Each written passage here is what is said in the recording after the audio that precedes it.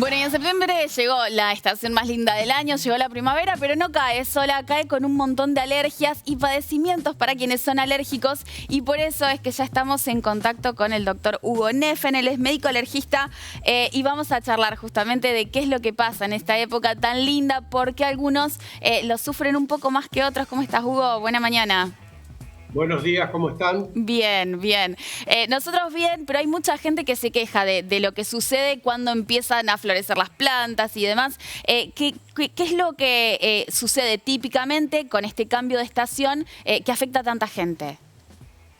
Bueno, los pacientes alérgicos a los pólenes de los árboles, de las gramillas, de las malezas, se reactivan en esta época, Claro. porque es cuando hay exposición ambiental a los pólenes. Por supuesto que siguen presentes pacientes alérgicos a hongos ambientales y ha disminuido la importancia de la sensibilización a los ácaros del polvo.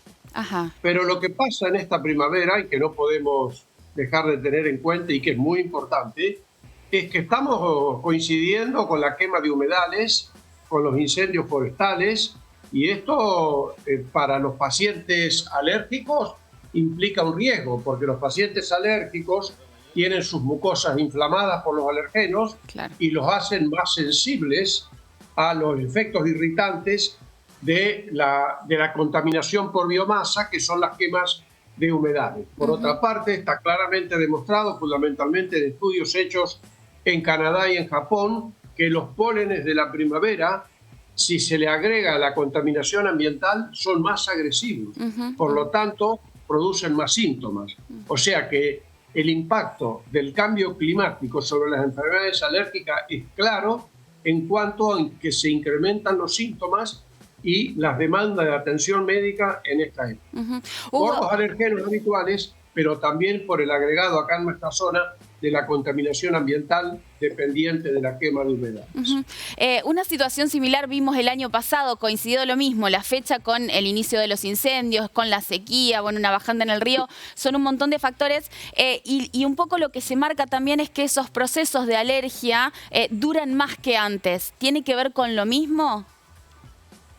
Obviamente, tiene que ver con lo mismo, porque se agrega el efecto inflamatorio o causal del alergeno con el efecto desencadenante de la contaminación. Pero además, en el caso de los pólenes, lo que lo decíamos, es que los pólenes son más agresivos, porque cargados con la contaminación, tienen más poder de inflamar a las mucosas y producir síntomas.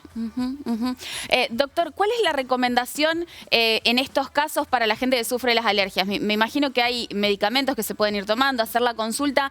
¿Se plantea pensar, por ejemplo, en el uso de barbijo como barrera de protección?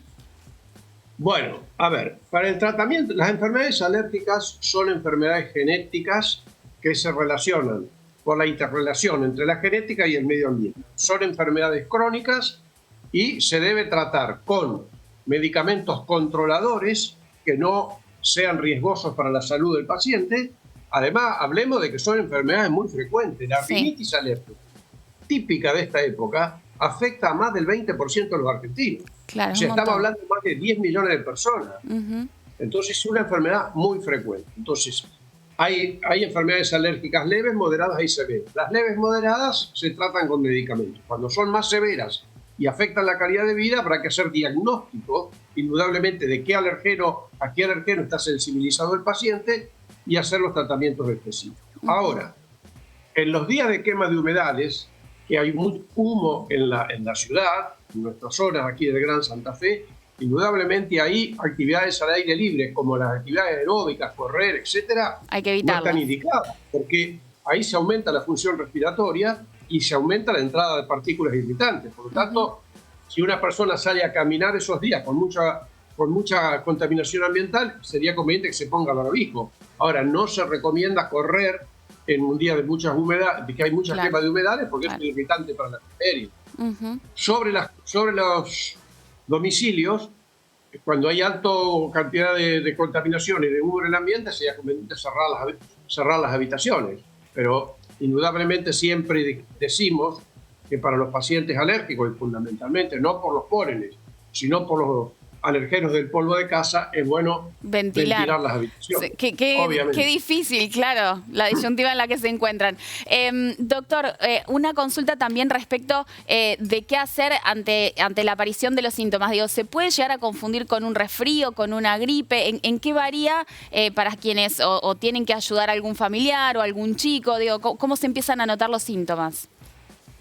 Bueno, los síntomas cardinales, síntomas típicos de la rinitis alérgica son estornudos en salvas, no uno solo, sino varios, secreción acuosa por la nariz, obstrucción nasal, que es el síntoma más molesto y el que más afecta a la calidad de vida, y el prurito nasal o faringio ocular o óptico. Los resfríos cursan síntomas que son similares, pero no siempre las secreciones son iguales. Los estornudos en salva no son típicos de los resfríos. Y por otra parte, el paciente alérgico es un paciente que es repetitivo, que se conoce. La sintomatología alérgica, un resfrío dura 5 o 7 días, no más. La sintomatología alérgica por sensibilización a pólenes dura mientras hay exposición a los pólenes. Entonces, por supuesto que las enfermedades alérgicas nunca cursan con fiebre, y las virosis respiratorias de esta época pueden cursar con fiebre y otras sintomatologías.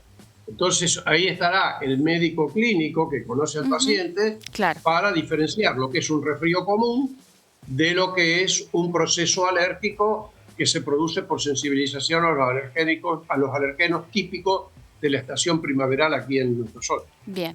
Doctor, nosotros le agradecemos muchísimo el tiempo con Buena Mañana. Es uno de los temas de los que venimos hablando desde que arrancó la primavera, incluso un par de semanas antes. Hay mucha gente afectada, así que siempre viene bien escucharlo, y sus recomendaciones también. Bueno, y recomendarle a los pacientes alérgicos, fundamentalmente a los riníticos, que no recurran a cualquier medicamento de venta libre, sino que, porque no todos los medicamentos son iguales, no todos los sprays nasales que se utilizan son iguales. Hay sprays nasales preventivos, que son los que están indicados, y después hay otros sprays nasales descongestivos que producen acostumbramiento y que no deben utilizarse sin control.